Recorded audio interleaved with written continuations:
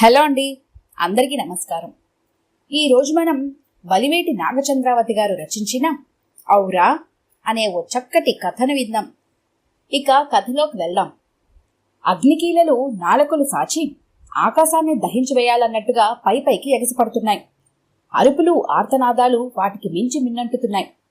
కళ్ళు అరమూసి head phone సాయంతో ఐప్యాడ్లో ఘంటసాల వారి భక్తి గీతాల శ్లోకాల్ని పరవశంగా ఆస్వాదిస్తున్న సుభద్రమ్మ చెవికి అపస్వరాలతో పెళపెళ శబ్దాలు, ఆరునొక్క రాగాలు సన్నసన్నగా వినిపించి హెడ్ ఫోన్ పక్కన పెట్టి బాల్కనీలోకి వచ్చింది. తమ కమ్యూనిటీకి ఆనుకొనున్న రోడ్డుకి అవతల పక్క వరుసగా వేసిన గుడిసెలు తగలబడుతున్నాయి. ఆ ఇళ్లల్లో వాళ్లు అరుస్తూ పరుగులు తీస్తూ కాలుతున్న ఇళ్లల్లోంచి గిన్నెలు మంచాలైనా బయటకు తెచ్చుకోవాలని తాపత్రయపడుతున్నారు. పాపం వాళ్లు పొట్ట చేత్తో పట్టుకుని ఎక్కడెక్కడో పక్క రాష్ట్రాల నుంచి కూలీ నాలి కోసం వచ్చిన పామర జనం. ఈ చుట్టుపక్కల కొత్తగా కడుతున్న అపార్ట్మెంట్లలో కూలి పని చేసుకుంటూ తలదాచుకోవటానికి తాత్కాలికంగా ఏర్పరచుకున్న నివాసాలవి. గంటలో మొత్తం ఆరగించేసి బుగ్గి మిగిల్చాడు అగ్నిహోత్రుడు. ఆ బూడిదలో ఇంకా ఏమైనా మిగిలాయేమోనని వెతుక్కుంటున్న వాళ్లను చూస్తూ జాలిగా నిట్టూర్చి లోపలికి రాబోయిందల్లా వాళ్లు మరోసారి గొళ్ళు మనడం వినిపించి ఆగింది సుభద్రమ్మ. నల్లగా మాడిపోయిన శరీరాన్ని ఓ ఇంట్లోంచి బయటకు మోసుకొస్తున్నారు కొందరు. ఆ శవం తాలూకు ఇద్దరు పిల్లలు వెంట నడుస్తూ అమ్మా అమ్మా అంటూ హృదయ విదారకంగా ఏడుస్తున్నారు. మనసు వికలమవగా అయ్యో పాపం అనుకుంటూ లోపలికి నడిచింది సుభద్రమ్మ. ఆ మర్నాడు ఆదివారం. ఆ కమ్యూనిటీ ప్రెసిడెంట్ గారి నుంచి అన్ని అపార్ట్మెంట్స్ వాళ్ళకి ఓ మెసేజ్ వచ్చింది. సాయంత్రం 6:30 గంటలకి మీటింగ్ హాల్లో అందరూ సమావేశం అవ్వాలి అని. అలాగే కలిశారు అందరూ. వీళ్లకంటే ముందే వచ్చి ఓ పక్కగా నిలబడి ఉన్నారు నిన్నటి రోజున ఇల్లు వాకిళ్ళు పోగొట్టుకున్న బడుగు జీవులు. వీళ్లంతా మన ఇళ్ల కోసం రాళ్లెత్తిన వాళ్ళు. మన కళ్ల ముందే నిరాశ్రయులయ్యారు. ఈ విపత్కర సమయంలో వీళ్ల మీద దయ చూపించటం, చెయ్యందించటం మన బాధ్యత. నా సూచనను ఆమోదించి శక్తి మేరకు మీ ఉదార హృదయాన్ని ప్రదర్శించవలసిందిగా అభ్యర్థిస్తున్నాను. ప్రెసిడెంట్ గారు విజ్ఞప్తి చేశారు. ఆ కమ్యూనిటీలో ఉన్నవన్నీ లగ్జరీ అపార్ట్మెంట్స్.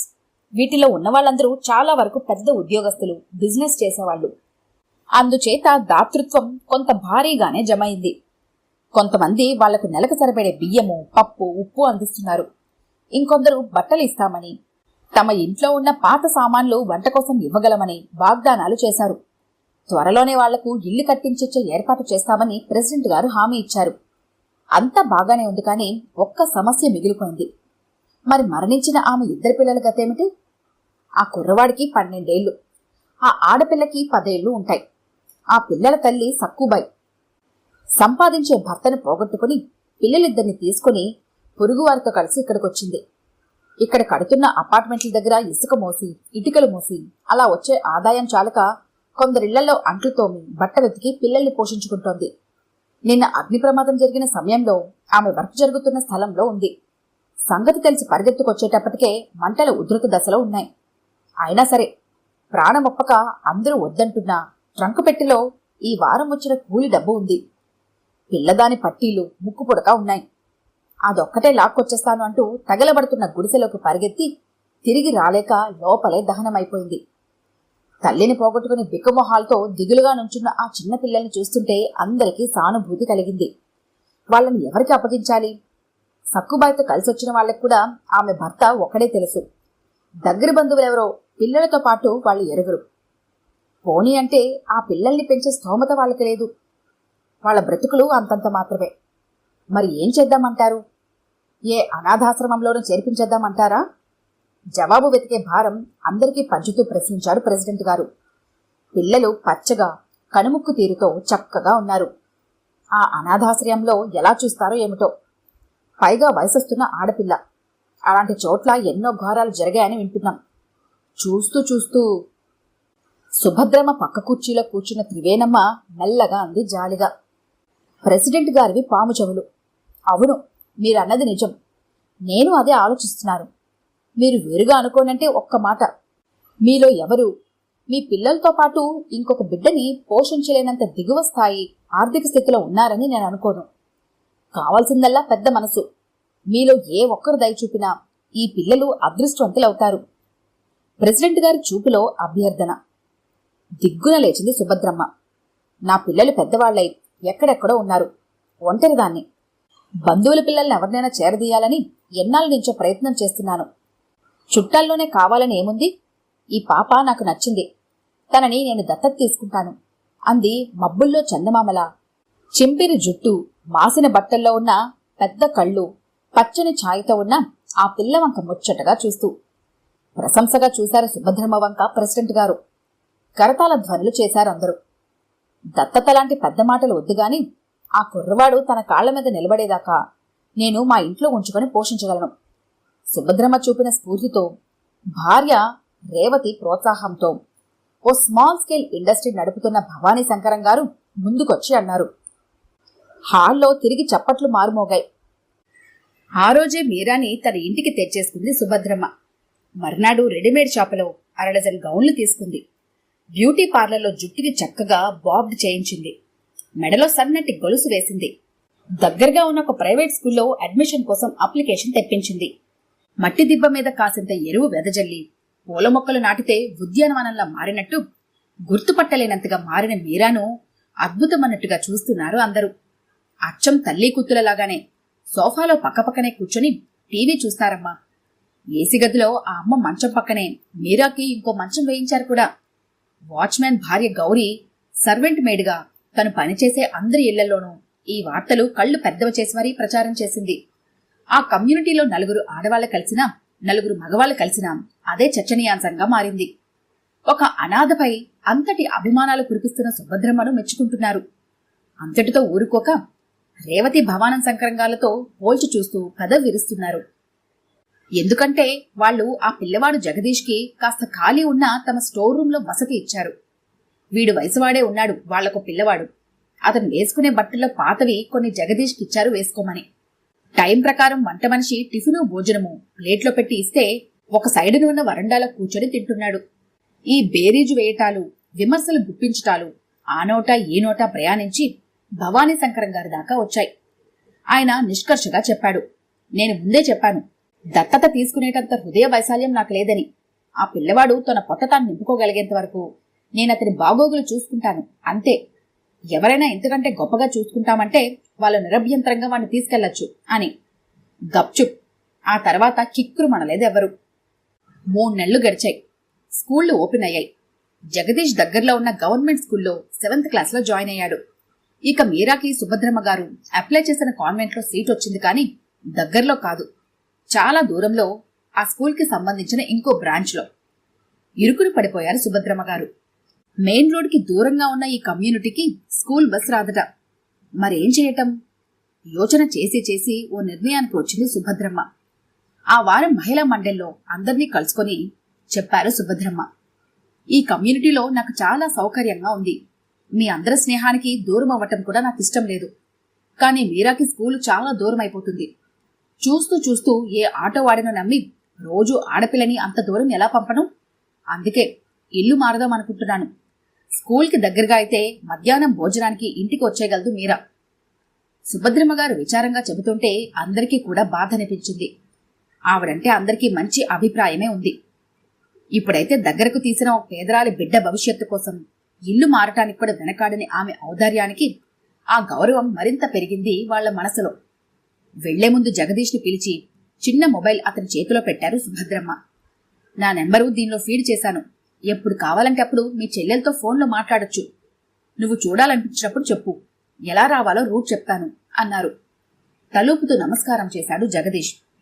ఆవిడ చెప్పినట్టే ఏ నంబర్ సిటీ బస్ ఎక్కాలో తెలుసుకొని నెలకోసారి చెల్లెల్ని చూసి వచ్చేవాడు జగదీష్. 3వ నెలలో చూసొద్దామని వెళ్ళినప్పుడు సుభద్రమ్మ గారు లేరు. ఇంటికి తాళం వేసి ఉంది. ఏ మార్కెట్కో వెళ్ళుంటారని కాసేపు ఎదురు చూసి వచ్చేశాడు. మళ్లీ వారం తిరిగి వెళ్లాడు. ఓహో, తాళం అలానే వేసి ఉంది. పక్కింటి వాళ్ళని వాకపు చేశాడు. ఏమోనయ్యా, కొత్తగా వచ్చారు కదా, అంతగా పరిచయం లేదు. వాళ్ళ అమ్మాయి ఇంటికి వెళ్తున్నామని పని మనిషితో చెప్తుంటే విన్నట్టు గుర్తు అన్నారు పట్టి పట్టనట్టు. ఇది సిటీ. పొరుగువారి సంగతి పట్టించుకుని తీరుబాటు, ఆసక్తి ఎవరికీ ఉండదు. ఎన్నిసార్లు ఫోన్ చేసినా సుభద్రమ్మ గారి ఎత్తటం లేదు. దిగాలు పడిపోయాడు జగదీష్.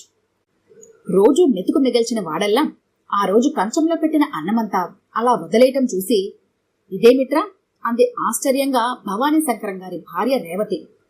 బావురుమన్నాడు వాడు. ఆ రోదన విని ఆదరా బాదరాగా భవానీ శంకరం గారు కూడా వచ్చారు అక్కడికి. లాలించినట్టు అడిగి సంగతేమిటో తెలుసుకున్నారు. ఓస్ పిచ్చివాడా, తనకెందుకు ఏడుపు? సుభద్రమ్మ గారి కూతురికి ఏం అవసరం వచ్చిందో అర్జెంటుగా వెళ్లాల్సొచ్చి వెళ్ళుంటారు. నువ్వెన్నిసార్లు ఫోన్ చేసినా ఎత్తలేదంటే అక్కడ పరిస్థితి ఏమిటో. నీకు ఫోన్ చేసే వెసులుబాటు చిక్కిందో లేదో. ఏదో కారణం లేనిదే సుభద్రమ్మ గారు అలా నిర్లక్ష్యం చేసే మనిషి కాదు. చూస్తుండు, ఇవాళ రేపో సారీ నాయనా అంటూ ఫోన్ చేస్తారు చూడు అని ధైర్యం చెప్పారు.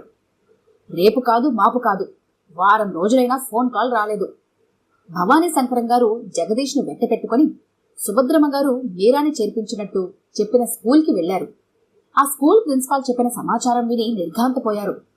నెల క్రితమే సుభద్రమ్మ గారు వచ్చి టీసీ తీసుకెళ్లారట. జగదీష్ మొహంలో రక్తం చుక్కలేదు. ఊరుకుంటే అక్కడే ఏడ్చేసేలా ఉన్నాడని అతని భుజం మీద చెయ్యవేశారు భవానీ శంకరం గారు. కంగారు పడుకు, ఏం చెయ్యాలో ఆలోచిద్దాం అన్నారు అనునయంగా. నిజంగానే ఈ విషయంలో ముందుడుగు వేయటం ఎలాగాని ఆలోచిస్తూనే ఉన్నారు భవానీ శంకరం గారు. నీళ్లు పోయటం ఆపేసిన మొక్కలా వడిలిపోతున్న జగదీష్ మొహం చూసినప్పుడల్లా తెలియకుండానే జాలితో చలించిపోయేవాళ్లు ఇంటిల్లపాది. సుభద్రమ్మ గారి నుంచి ఫోన్ వచ్చింది జగదీష్కి. అది ఫోన్ కాల్ కాదు, వీణులకు సోకిన వీణానందం. సారీ జగదీష్, మా అమ్మాయి సుధకి యాక్సిడెంట్ అయిందంటే అర్జెంటుగా ముంబై వచ్చేశాం. అది గాయాల నుంచి కోలుకొని మనుషుల్లో పడేదాకా నీకు ఫోన్ చేసి సంగతి తెలియచేయాలని కూడా తోచలేదంటే నమ్ము. ఈ కష్టంలోనే ఒక సంతోషం కలిగించే వార్త. మా అమ్మాయి ప్రెగ్నెంట్. నేనకి ఇప్పట్లో అక్కడికి వచ్చే అవకాశం లేదు. సరే, నువ్వు బావున్నావు కదా? అందరూ కులాసాగానే ఉన్నారుగా? మరి ఉంటాను. ఆవిడ మాటలాపని క్షణంలోనే, మీరిక్కడికి వచ్చారని ప్రిన్సిపల్ గారు చెప్పారమ్మా అన్నాడు ఆత్రంగా జగదీష్. ఇక్కడికొచ్చి కూడా నాకు ఫోన్ చేయలేదెందుకు మీరు అని బాహాటంగా నిష్ఠూరం వెయ్యలేక. మరే వచ్చాను, ఒక పూటలో అక్కడ పనులన్నీ ముగించుకుని వెళ్ళిపోయాను. అప్పుడే మీరా స్కూల్ నుంచి టీసీ తీసుకుని వచ్చేశాను. నా మూలాన దాని భవిష్యత్తు పాడవకూడదు కదా. ప్రస్తుతం ఇక్కడ సీటు కోసం ప్రయత్నిస్తున్నారు మా అల్లుడు. నువ్వు మీరా గురించి ఏమీ బెంగపడకు, దాని భారం నాది. ఈసారి మీరా చేత మాట్లాడిస్తాను, సరేనా అంది లైన్ కట్ చేస్తూ. చెప్పినట్టుగానే నెల తరువాత మీరాతో మాట్లాడించింది సుభద్రమ్మ. నేను బాగానే ఉన్నానన్నా, ఆంటీ నన్ను బాగా చూసుకుంటున్నారు, నువ్వేం కంగారు పడకు ముక్తసరిగా చెప్పి పెట్టేసింది మీరా. చెల్లెలి ముభావానికి మనసు చివుక్కుమంటున్నా, గొప్ప ఇంటికి దత్తత వెళ్ళిందిగా, ఆ మాత్రం అహం ఉండదా అనుకుని సమాధాన పడిపోయాడు జగదీష్. అప్పటి నుంచి 4-5 నెలలకొకసారి తప్పనిసరిగా తద్దినమన్నట్లు ఫోన్ చేసి మేము క్షేమం, మీరు క్షేమమే కదా అని యోగక్షేమాలు చెబుతోంది సుభద్రమ్మ గారు. అప్పుడే మీరా కూడా ముక్కు తీర్చుకుంటున్నట్టు 2 ముక్కల మాటలు అప్పగిస్తోంది. ఆ ఏడాదే 8th స్టాండర్డ్లోకి ప్రవేశించిన జగదీష్ దాని ప్రపంచం వేరైపోతోంది అనుకునేవాడు. ఇంకో ఫోన్ కాల్ సుభద్రమ్మ గారి నుంచి, మేము కెనడా వెళ్ళిపోతున్నాం, మా అల్లుడికి అక్కడ ఉద్యోగం వచ్చింది అని. మరి మీరా? కలవరపడుతూ అడిగాడు జగదీష్. నవ్వింది సుభద్రమ్మ. వదిలేస్తాననుకున్నావా? నేనెక్కడుంటే అక్కడే మీరా.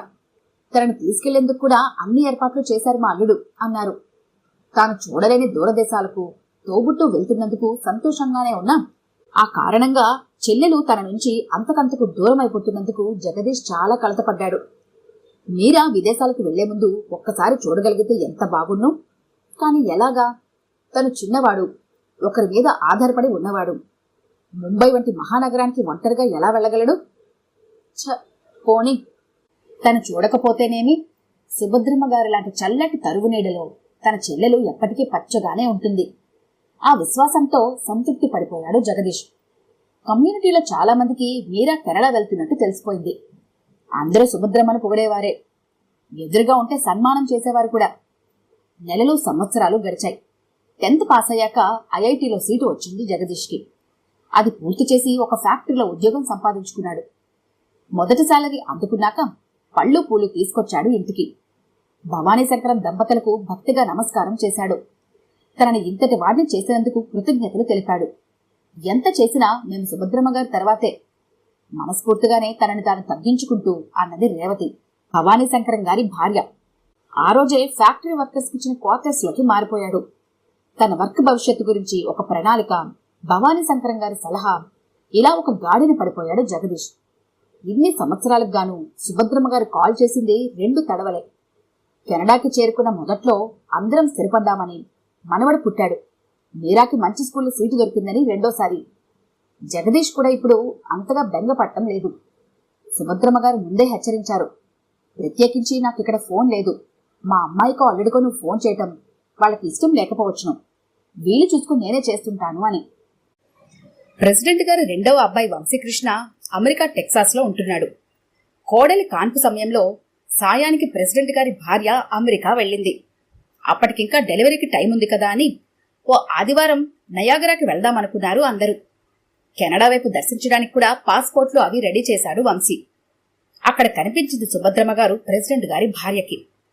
చెర్రీ పళ్ల మధ్యన పాల సపోటా కనిపించినట్లు ఆ తెల్లవాళ్ల మధ్యన తెలిసినావిడ కనిపించేసరికి ప్రాణం లేచొచ్చింది ప్రెసిడెంట్ గారి భార్యకి.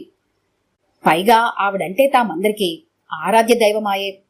కోడలికి చెప్పి చకచక అందర్నీ తప్పించుకుంటూ సుభద్రమ్మ గారి దగ్గరగా వెళ్ళింది ఆమె. మీరేమిటిక్కడ? ఆశ్చర్యపోయింది సుభద్రమ్మ. ఇక 10 నిమిషాల పాటు గుక్క తిప్పుకోకుండా పేరు పేరున అందరి సంగతులు అడిగేసింది. దూరంగా కనిపిస్తున్న కూతుర్ని అల్లుడిని చూపించింది. అల్లుడి హోదా గురించి, కూతురి ఉద్యోగం గురించి ఆకాశానికెత్తి చెప్పింది. వాళ్ల కొత్తగా కట్టుకున్న ఇంటి గురించి వర్ణించింది. పావుగంట తర్వాత మా అమ్మాయి పిలుస్తున్నట్టుంది, నేనిక వెళతాను అంటూ సుభద్రమ్మ గారు లేచినప్పుడు అడిగింది ప్రెసిడెంట్ గారి భార్య, మన మీరా ఎలా ఉంది అని.